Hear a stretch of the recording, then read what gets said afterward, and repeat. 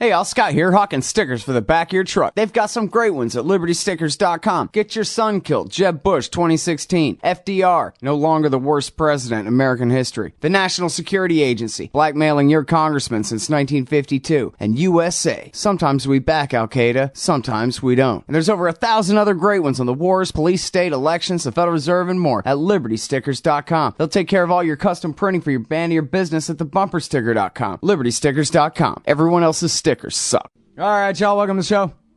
Back to it. I'm your host, Scott Horton. On to our next guest. It's our good friend, Sheldon Richman. He is the vice president of the Future of Freedom Foundation at FFF.org and the editor of their journal, the Future of Freedom Foundation. Just $25 a year in print, $15 to read it online. Welcome back to the show. How are you doing, Sheldon? I'm doing fine, and thanks for inviting me back. Well, I'm very happy to have you here. And I'm very happy to have a chance to hear what you have to say and to give other people a chance to hear what you have to say about America's developing relationship with Iran, what it all means, where you think we are, and on like that. Of course, we're between meetings right now. They still have scientific talks or, wonky talks going on between the actual technical expert types. But the politicians are between meetings right now. But you've written some really good articles lately at FFF.org and at Reason Magazine, etc. Can Iran trust the U.S.? Does Obama have the courage to see this thing through? I forgot the rest of it. And stop demonizing Iran. And, of course, all those titles could just be one long essay, I guess. But I don't know, whichever you think is the most important idea to start with here, or whatever it is you want to say. I want to hear what you think about where things are going, how optimistic or not, etc. Yeah, well, the three articles, which were, op-ed length size, could be easily knitted together into a longer essay. It's three different angles on the same subject, namely this opening with Iran. And because what I tried to do in the first one was to remind people of the history of Iranian-American relations by turning the question around. Most people, are wondering, in the United States at least, can the United States trust Iran? And I turned that around to, can Iran trust the United States? And I tried to go through very briefly the history of U.S.-Iranian relations since 1953, which most people don't know about. Of course, it begins in 1953 when the U.S. thwarts and helps overthrow a Democratic prime minister who had been elected by an elected parliament, and who was left of center, was no kind of raving Marxist or anything, but nationalized, talked about nationalizing the British oil interests, and the U.S. went to bat for Britain and for itself ultimately, and sent the CIA in with bags of cash to foment resistance against Mohammad Mossadegh, the prime minister, and by driving him out of power, restored the power of the Shah, the monarch, the Shah of Iran. He then proceeded to, institute a regime of brutality with secret police, for the next 26 years. His close ally, by the way, was Israel, who armed him and trained his Savaks, secret police, and it was not a very nice place to be. That, as a result, stimulated the religious forces in Iran, and this culminates in a revolution in 1979, which was really an alliance of religious types and liberals to overthrow the Shah. That's a dictatorial monarch. But in the end, the religious factions take control, and we get what everybody, a lot of people might remember now, happened in 1979, including the hostage taking of the people in the U.S. Embassy for 444 days. And beginning on that date, of course, the U.S. then began a campaign of covert warfare or proxy war against Iran ever since, which continues up to the current day. So the question is, can Iran trust the United States? Yeah. The other pieces then talked about how... hold that thought for a second there, because I want to see if I can interject something here which seems interesting to me. Jimmy Carter famously, when the revolution happened in '79, they overthrew the American puppets and Khomeini seized power there. Jimmy Carter referred to the coup of '53 as ancient history.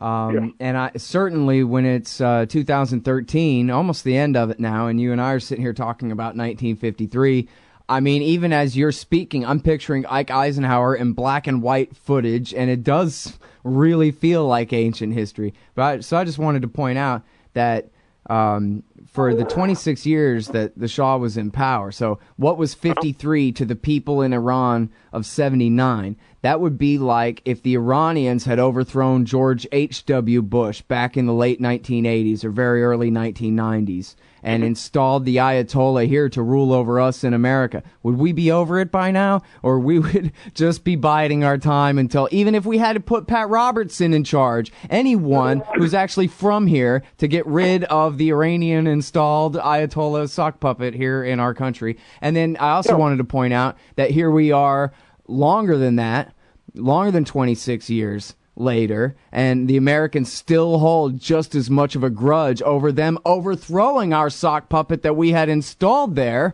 and won't forgive them for that an even longer time later when it's their freaking country, Sheldon. Well, that's right.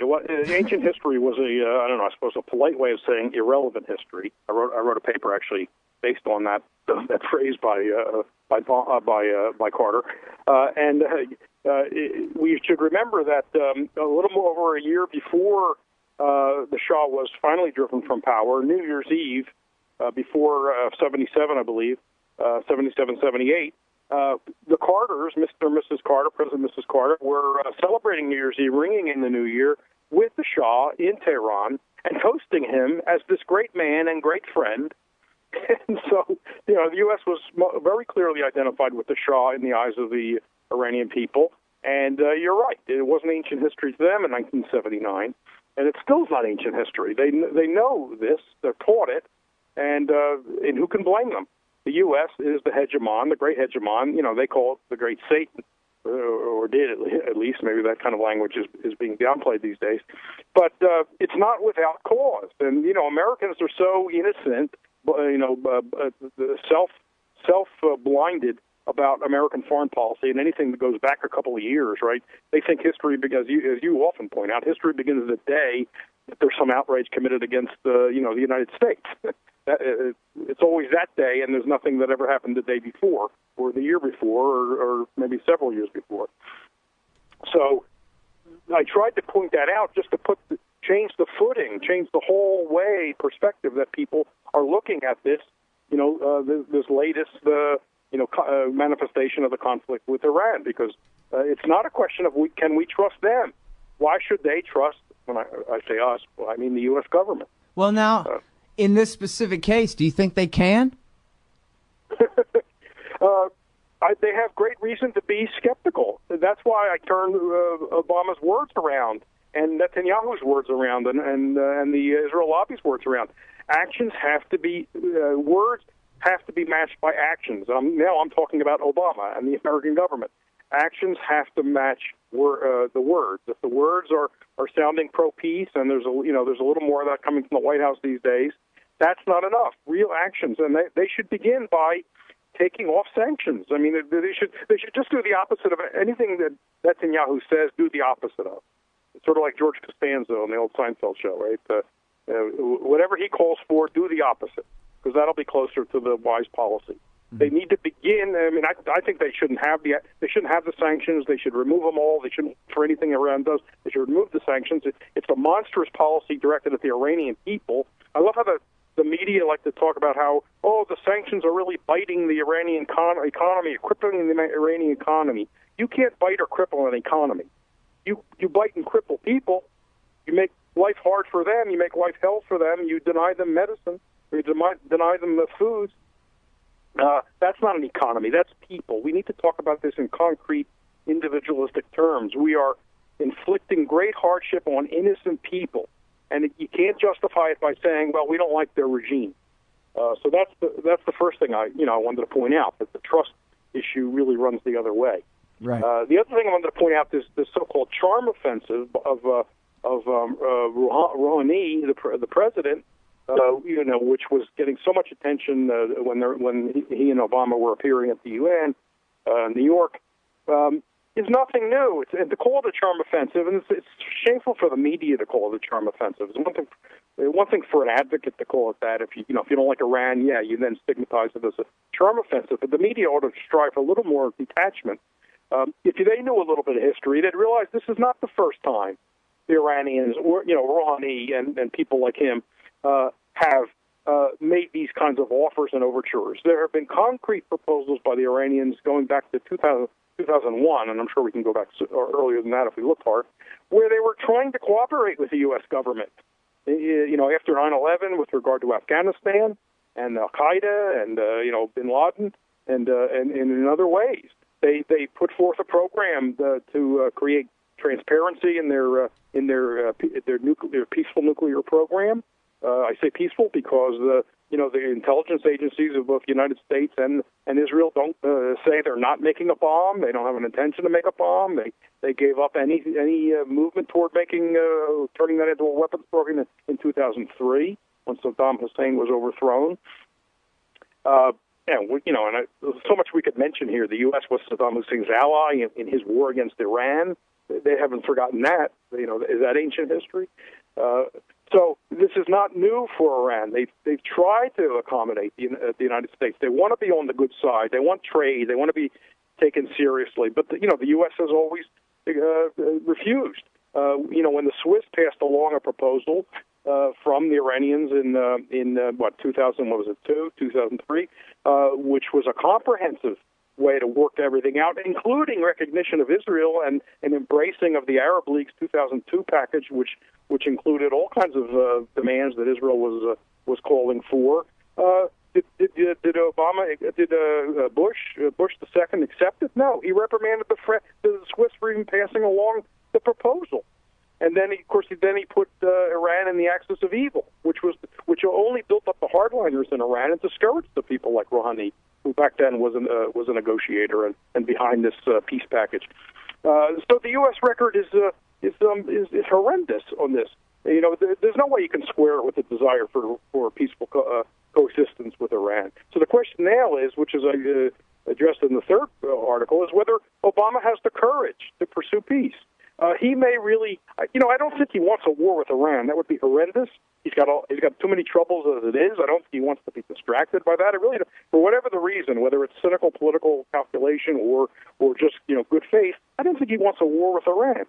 But there are a lot of other people that do want a war with Iran, including Netanyahu, including many people in his government, and including the advocates for his government in the U.S. Congress and among the lobbyists, which mainly means AIPAC and organizations like that. They want to sabotage any move toward peaceful coexistence with Iran, and they're in a position to do it because for sanctions to come off, Congress would have to approve that, because as the Leverets like to point out, and they've been guests on your program, so these sanctions are not just executive orders that could be rescinded by Obama any time.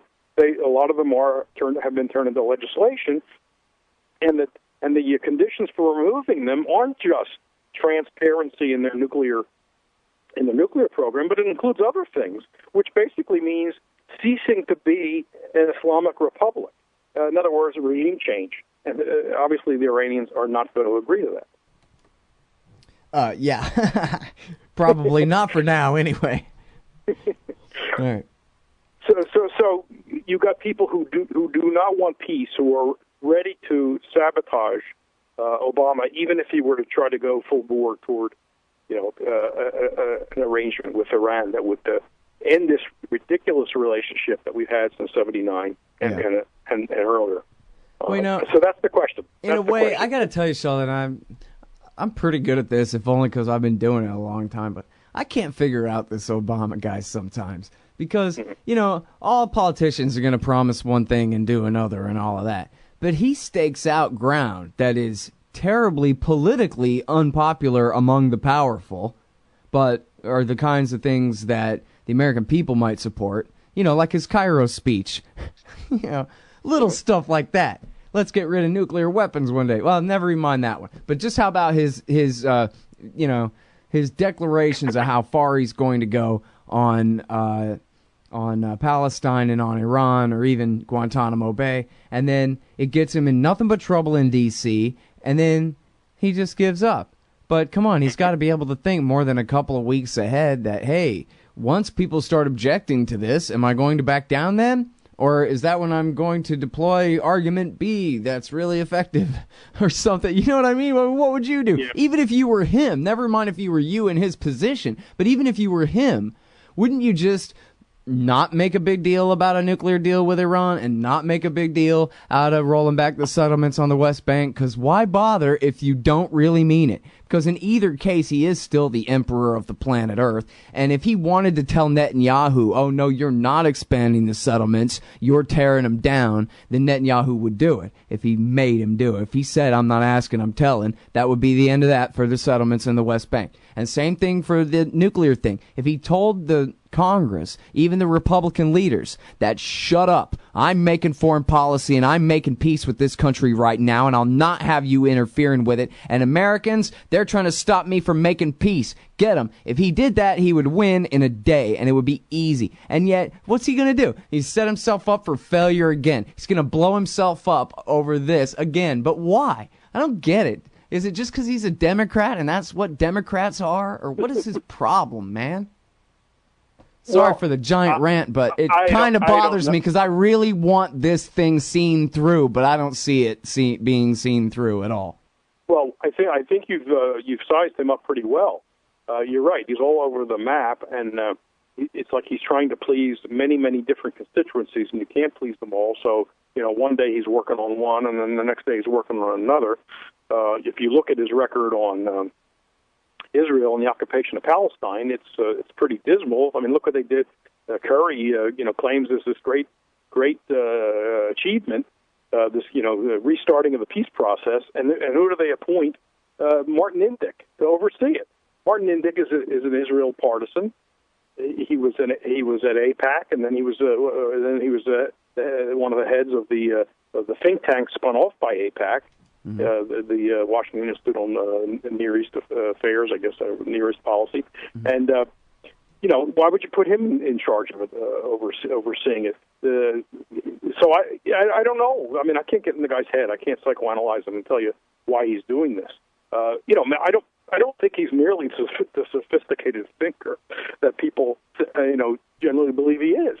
He doesn't seem to be. I mean, look, just like you said. I mean, did he go to Cairo in the beginning because he was basically campaigning for a Nobel Prize? I mean, that makes more sense. Because then who cares what he says, after he gets the prize, or what he does after he gets the prize. Well, maybe it's really just, he's kicking the can down the road, only it's more of a punt. He's kicking it really far down the road, but that's still all it is he just wants to leave, like Bush did. He wants to leave office with the status quo where it is and let it be somebody else's problem. Perhaps, and then he can say on his record that we tried to restart the peace process. I put quotation marks around peace, because how do you have a peace process when Israel keeps gobbling up the land, which is the subject of the peace process, negotiations? That's ridiculous. They just announced they're going to build 5,000 more homes in East Jerusalem and the West Bank. I mean, I was actually talking about Iran. I think he's just barely kicking the can down the road on Palestine. On Iran, it seems like a pretty big opening to just make nothing of it. Well, you may be right. I mean, I don't know where it's going to go. Iran is apparently taking it seriously, and so from what we hear, and I learned this from guests you've had on. What's her name? Barbara Slavin, is it? Who you had on recently? Yeah. Who pointed out? Wrote an article about based on a good source on what Iran is offering in detail, which is enough. That should make us optimistic about Iran's side of it. Question is Obama serious about it, or are they just going through the motions because he wants to be seen as a peace president without having to really take any steps in that direction, or he doesn't want to fight with Congress, he doesn't want to fight with McCain and Graham and the other people who are doing the bidding of AIPAC on the question of sanctions. But there could come a confrontation. I mean, what if Netanyahu outright tries to sabotage all this? It's been pointed out by good analysts on this that if the U.S. should come up to some agreement with Iran, that would hurt. Netanyahu would be out of luck at that point, because how do you attack Iran when Obama's putting a signature to an agreement? You can't do it. So he's got to act before that. That's the clock that's ticking on him, right? The possibility that Obama will sign an agreement with Iran. Mm-hmm. Not that Iran will create a nuclear bomb. And then, and every day there's some report coming out of Israel about how, now we see that they're only a month away from a nuclear bomb. I saw that headline just a couple of days ago. They're getting really worried now. Maybe they don't have anything to worry about. Maybe Obama really is not going to sign an agreement. Mm-hmm. I don't know how that's going to go. Well, yeah, one of their most loyal frauds in the American media, Eli Lake, put out a piece just like that, too, which John Glaser destroyed at the anti-war blog.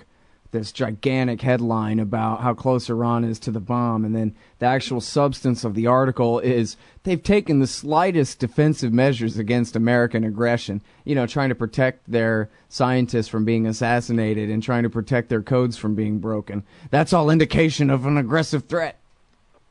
Oh, right. Even in the past, when Ahmadinejad or somebody would say, if you attack us, we will attack you. That was regarded as aggressive and threatening.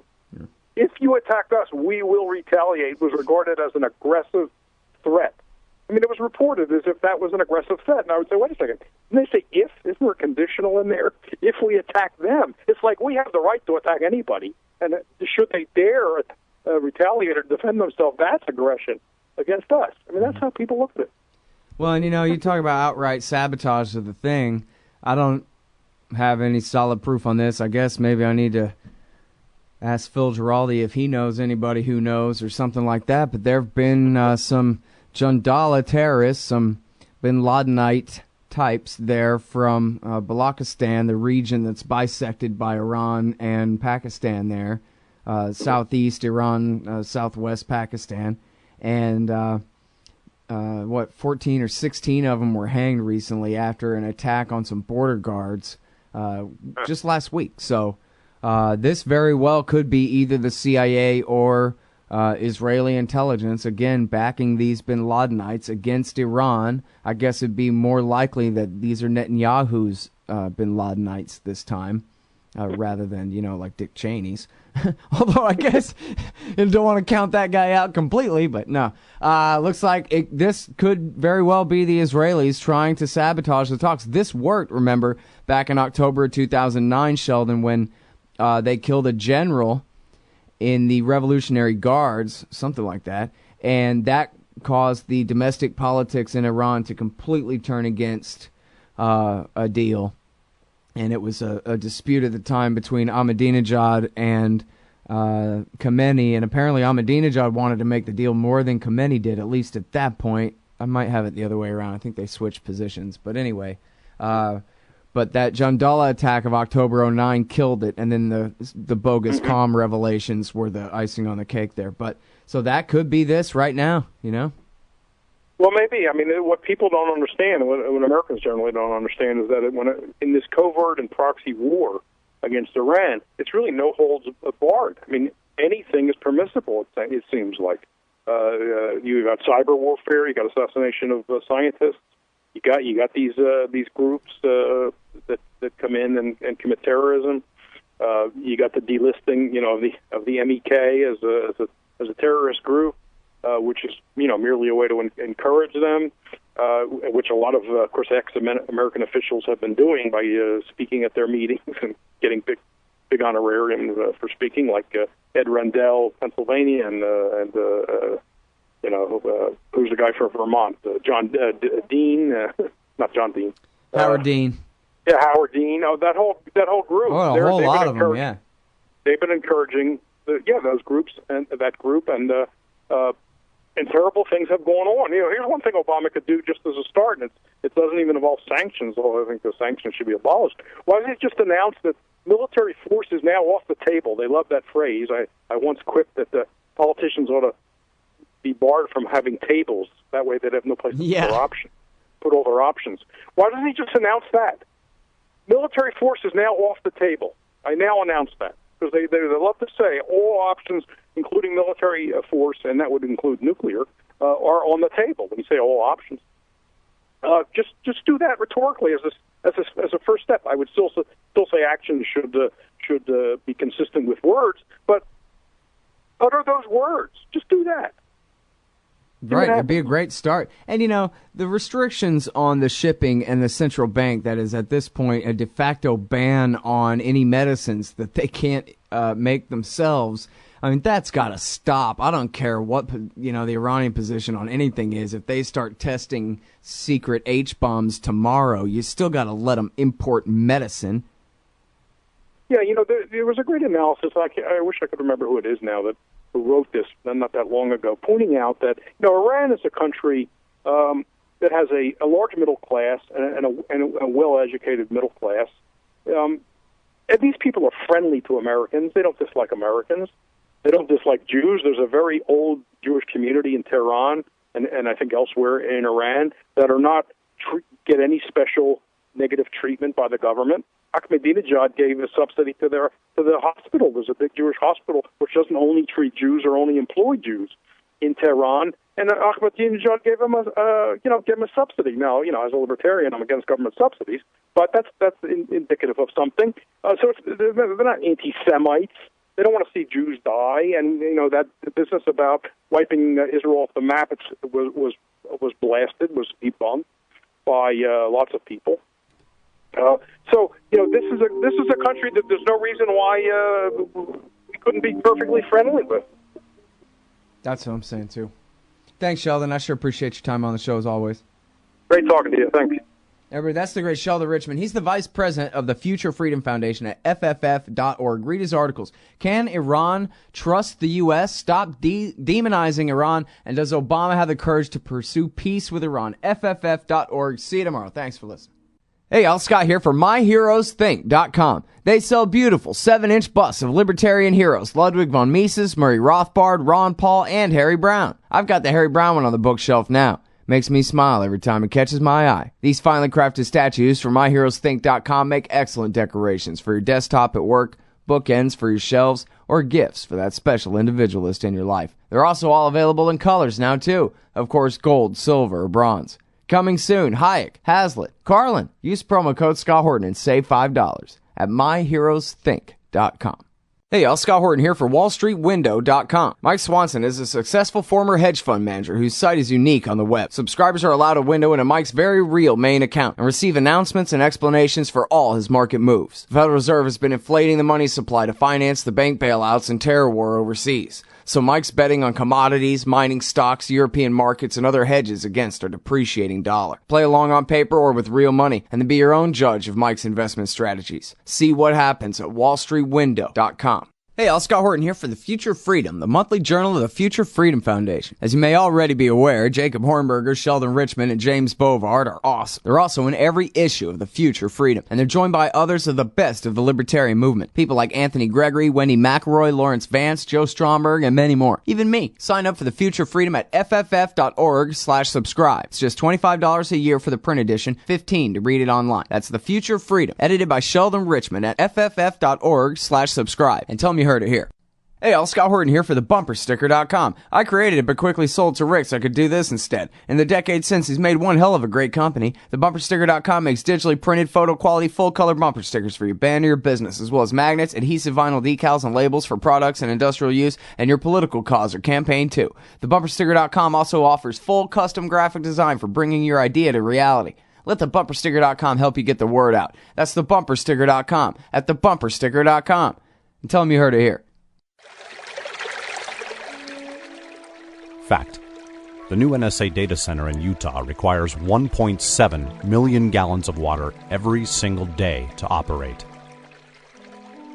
Billions of Fourth Amendment violations need massive computers and the water to cool them. That water is being supplied by the state of Utah. Fact. There's absolutely nothing in the Constitution which requires your state to help the feds violate your rights. Our message to Utah: turn it off.